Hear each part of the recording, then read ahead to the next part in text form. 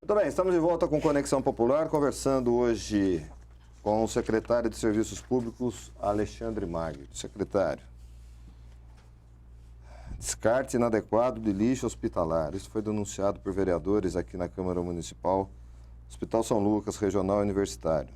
Isso é de uma irresponsabilidade que não dá para se dimensionar. Com certeza. Isso é um atentado à saúde pública. O que foi feito? Até o pronto-socorro municipal também foi acusado disso. Também fez o descarte irregular.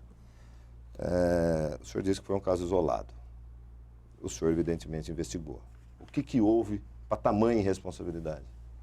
Na realidade, o que aconteceu foi o seguinte: nós apuramos no início de janeiro e fevereiro uma queda muito significativa no quantitativo, principalmente no hospital regional, do volume de lixo hospitalar que nós coletávamos. Isso chamou a atenção, né? Houve uma queda de 30%, 40%. E num período que a gente sabe, final de ano, que o volume, né, o atendimento do hospital regional, ele não caiu dessa forma. Então isso nos chamou um pouco a atenção. E aconteceu também que no aterro nosso, lá no transbordo, nós localizamos já um dia antes, no lixo orgânico, que era coletado no hospital, já a incidência de alguns materiais inadequados. Então nós preparamos uma inspeção, né, no dia seguinte, já com apoio da Vigilância Sanitária, Polícia Militar, a Guarda Civil, a Guarda Municipal, para que a gente pudesse dar uma verificada. Infelizmente, a gente detectou essa irregularidade. Aí depois, obviamente, nós fizemos também no Hospital São Lucas, fizemos no Hospital Universitário, fizemos no Policlin e detectamos 3 irregularidades. A do pronto-socorro que você mencionou, nós não detectamos, nós fizemos também, tem até relatório, nós não achamos nada com relação a lixo hospitalar. Teve uma suspeita? Mas nós não detectamos nada. Nós fizemos no mesmo horário, com as mesmas equipes, sem avisar, sem nada, mas a gente não encontrou nenhuma irregularidade.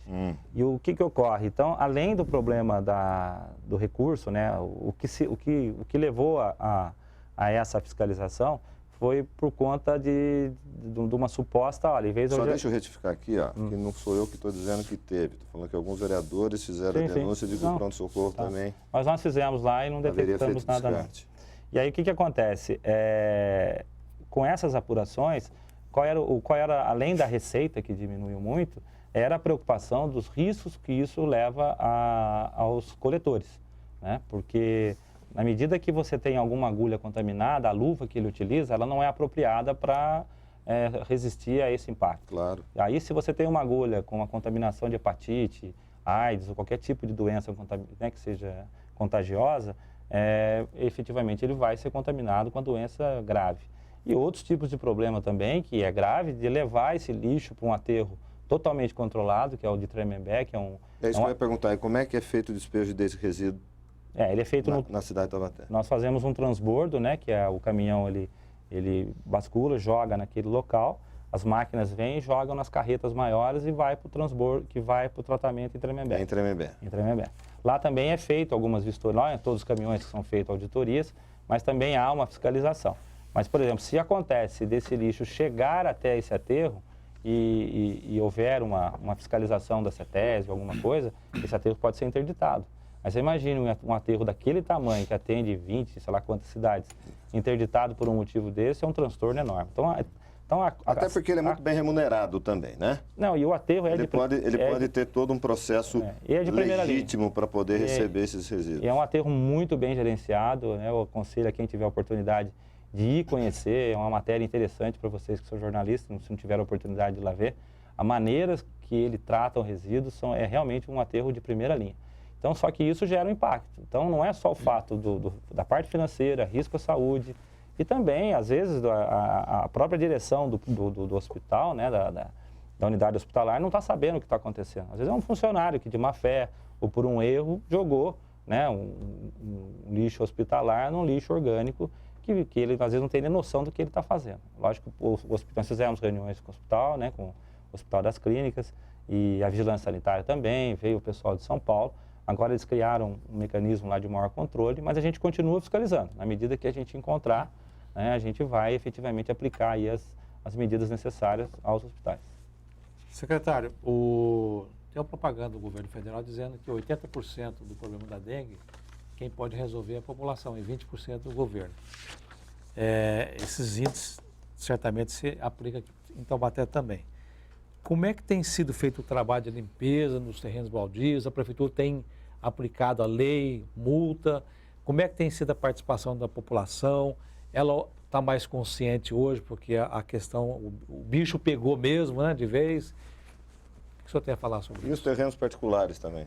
Porque está tendo muita reclamação de que os terrenos particulares sujos, criadouros, pouca ação da prefeitura. Eu queria que o senhor falasse o que está sendo feito em relação a isso. Então, de janeiro de 2015 até agora, até 20 de abril, nós fizemos 1.101 notificações, né, e aplicamos mais 230 por edital.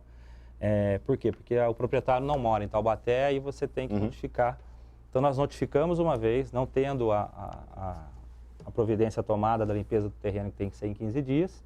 E aí, obviamente, a notificação vai também para a calçada e também para cercamento, né, para o muro.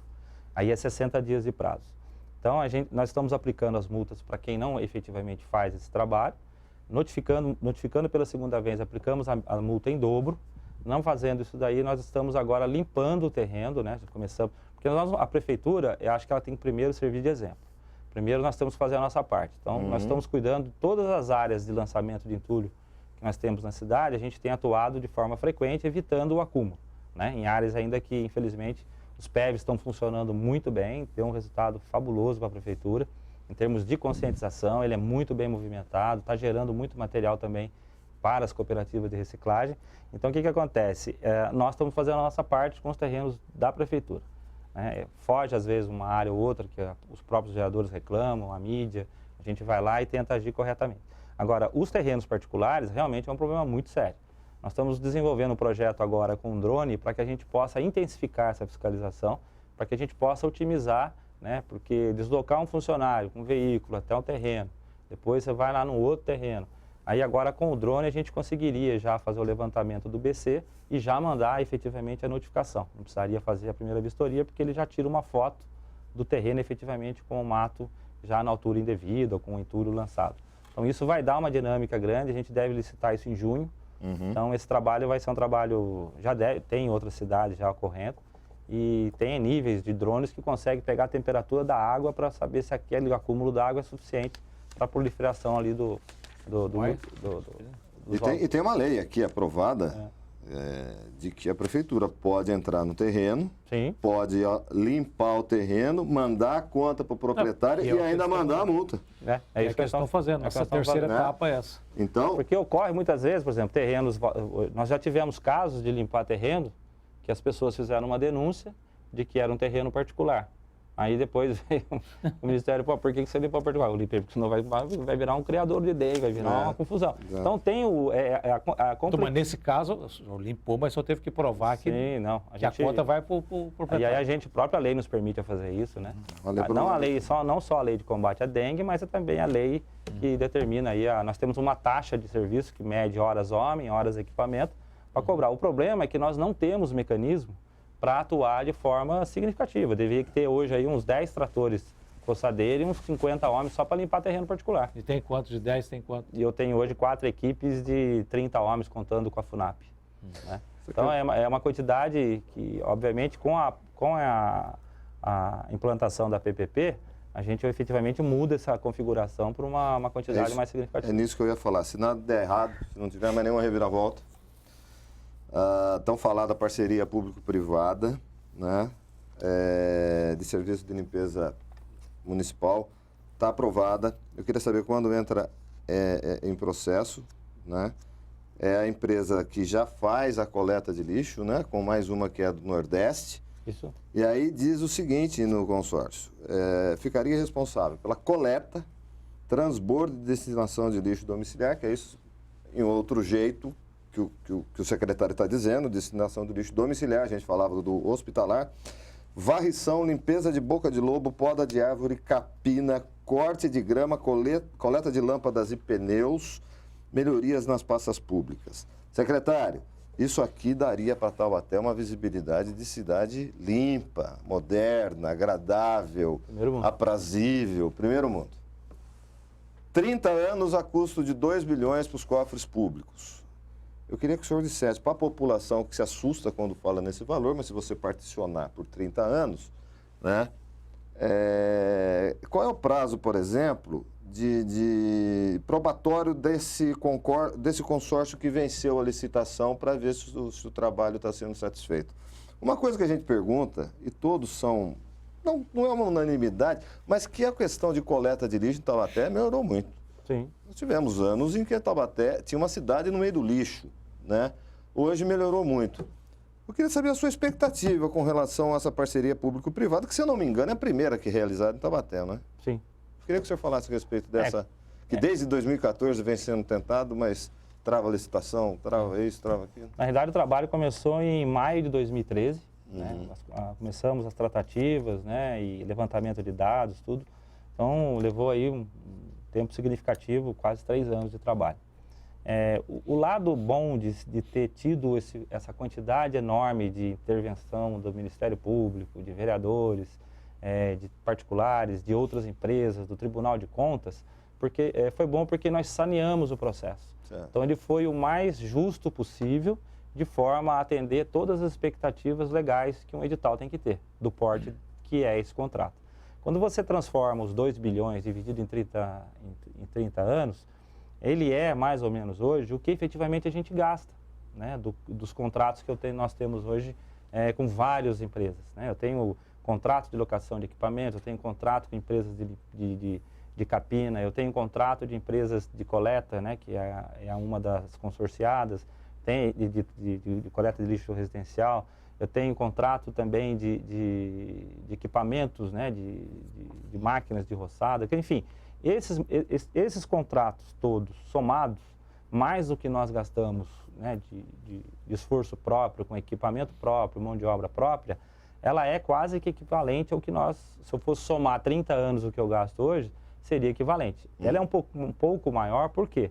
Porque tem um investimento que a Prefeitura não teria condições de fazer, em hipótese alguma, de 250 milhões de reais, num período aí de acho que 10 anos, tem uma grade de investimento, que é o processo de redução de massa, que é reduzir a quantidade de caminhão que eu levo ao transbordo, reduzindo o custo operacional, que seria a nossa opção seria a geração de energia elétrica, né? A Bandeirantes, a gente tem conversado sobre isso, pode ser uma parceira desse projeto. Então, você pega o resíduo, separa o que é reciclável, o restante você queima através de vários sistemas, tem que ser licenciado pela CETESB. Então, você já tem um ganho de escala nesse sentido. O outro ganho seria a parte de trabalhar o resíduo de alimento para fazer a compostagem, para virar adubo, para virar gás. Tem uma série de infinitas opções para se fazer isso. Então, isso está dentro do escopo. Vai ser constituída uma cooperativa, né, ou 2 ou 3, ou uma associação, onde vai ser construído um galpão com todos os equipamentos, EPI, EPC, caminhão, toda a estrutura necessária para que a gente possa implantar em Taubaté uma coleta seletiva digna, correta, adequada, dando suporte para a demanda. Porque não adianta, eu já falei isso aqui várias vezes, você criar uma campanha de coleta seletiva e a população se vai ser criada essa coleta agora? Vai. Aí as pessoas se motivam, fazem a coleta dentro dos seus condomínios, na sua casa, na sua rua, e o caminhão não passa para coletar. Isso gera uma sensação de abandono e totalmente o projeto vai por água abaixo. Então, haverá mais de $500 milhão por ano de investimento em campanhas ambientais, né, de projetos culturais, de uso, para evitar, né, a compra de produtos com muita embalagem. Então, vai ser feito um trabalho grande de conscientização. A containerização vai ser feita também em alguns bairros, onde você coloca um container na esquina, em um local adequado, aí em vez do lixeiro, o coletor, entrar na rua todinho, o caminhão só para naquele ponto, bascula o recipiente e retorna ele, e se tiver numa condição ruim, ele já troca por um recipiente mais limpo.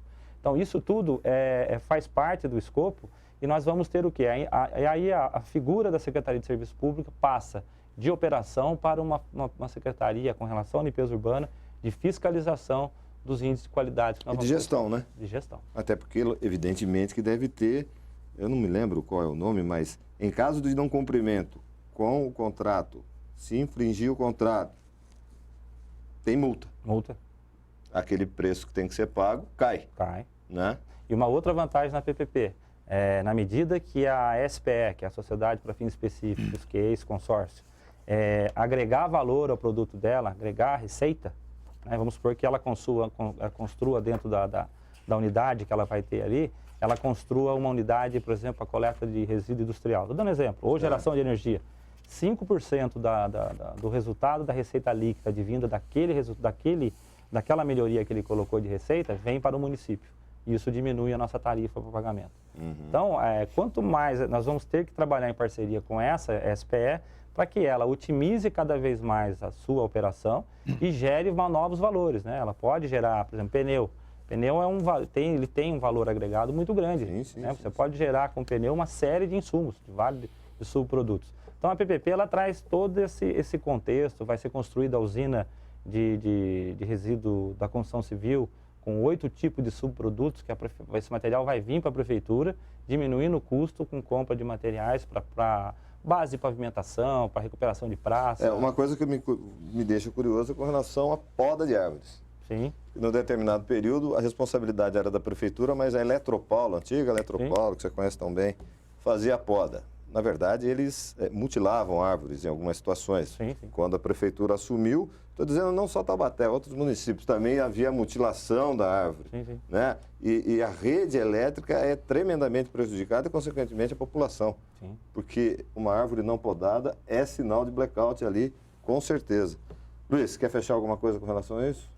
Não, tá bom, satisfeito. Tudo certinho? Satisfeito. Bom, secretário. Foi perguntar para o secretário sobre como é que está o dinheiro do CAF, os 60 milhões de dólares do empréstimo para que a administração possa alavancar tantas obras. Esse projeto não está na minha pasta, né? Está na pasta da Secretaria de Governo, Obras e acho que Mobilidade Urbana. As informações que eu tenho, né, e o pouco acesso que eu tive à informação, parece que está tramitando dentro do esperado. O senhor não vai beliscar nem um pouquinho dessa verba se chegar? Eu acredito que alguma coisa com relação a isso vem assim. Eu acho que você vai beliscar, sim. Vocês não estão criando um projeto de jardinagem? Sim. Novas vias, jardinagem, embeleza a cidade? Sim. É um projeto de nesse vácuo que você vai? Nem o prefeito está sabendo. Rapidinho, Miguel. No começo do programa, a gente falou em corte por causa da redução da crise econômica do país, né?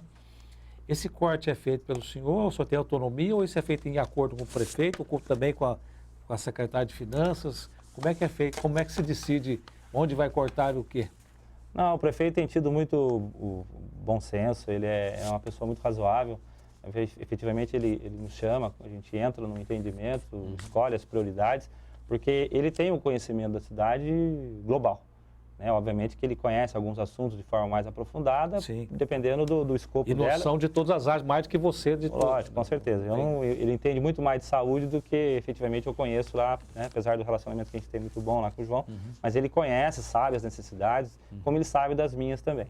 Mas ele procura efetivamente argumentar, conversar e a gente chegar no denominador comum, mesmo porque seria meio que fora de sentido, efetivamente, você pegar uma caneta e riscar ali uma rubrica que efetivamente amanhã eu possa ter um problema muito sério, né? Então a gente sabe, ele tem uma noção muito grande disso e nesse ponto ele é uma pessoa muito respeitosa e é um gestor tranquilo com relação a isso.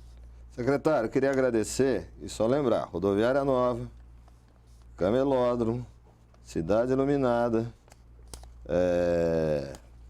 lixo recolhido, solução do lixo resíduo hospitalar, jardinagem, tudo para 2016, secretário. Com certeza. Promessa feita, promessa cumprida? Vamos lá, vamos correr atrás. Então tá, então encha de otimismo nossos telespectadores. Obrigado, Alexandre. Obrigado, secretário, pela sua participação. Obrigado a vocês. Eu queria agradecer mais uma vez o convite, é um prazer estar aqui. Além de jornalista, amigo Miguel. O Luiz também, conheço há pouco tempo, mas sempre me tratando com muita educação, com bastante profissionalismo. A gente procura atender as demandas de vocês, né, na medida que chega. Mas é que o povo entenda que Taubaté, nós tivemos 2 anos, né, que botar a casa em ordem, mas a gente tem trabalhado muito diuturnamente. Nós, não é o Alexandre, é uma equipe, já falo isso toda vez que eu venho aqui.